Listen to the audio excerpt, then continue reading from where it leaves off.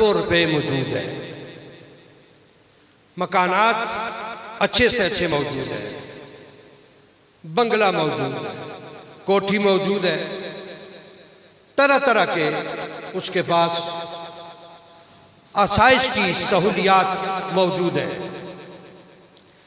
लेकिन उससे पूछे आप, औलाद भी है, बीवी बच्चे भी है, सब कुछ है, फिर भी कहेगा जी सुकून नहीं है, परेशानी है, फला है, फला है, फला है। आखिर क्या चीज है जो बंदे को मुतमईन कर दे?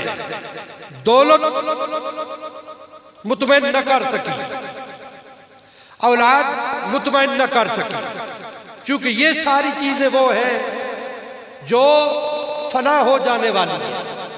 एक दिन एक वक्त ऐसा आएगा, देखिए आपके सामने की बात है, दौलत मौजूद होती है, अगर दौलत के साथ कोई मौत से बच सकता तो शायद मरता ही कोई ना, गरीब सारे मर जाते, अमीर सारे जिंदा रहते।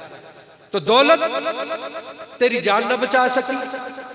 औलाद अगर लायक हो, बंदा समझता है मैं बड़ा बकमाल हो गया, लेकिन कोई वक्त ऐसा आया कि वो औलाद भी तेरे किसी काम की नहीं है, तुझे मुतमईन नहीं कर सकी, तेरे साथ नहीं दे सकी।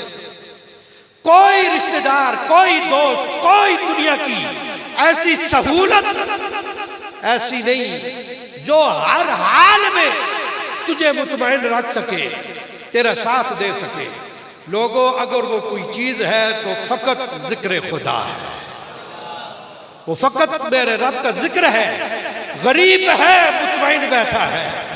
पूछो, जाकर फकीरों से जाकर सवाल करो, बाबा बुल्ले शाह से पूछो, ठीक है, चटाई पे बैठा है, बल्कि पीछे चले जाओ, बिलाल से पूछो। अब क्या चीज है जिसने बिलाल को मुतमईन कर रखा है?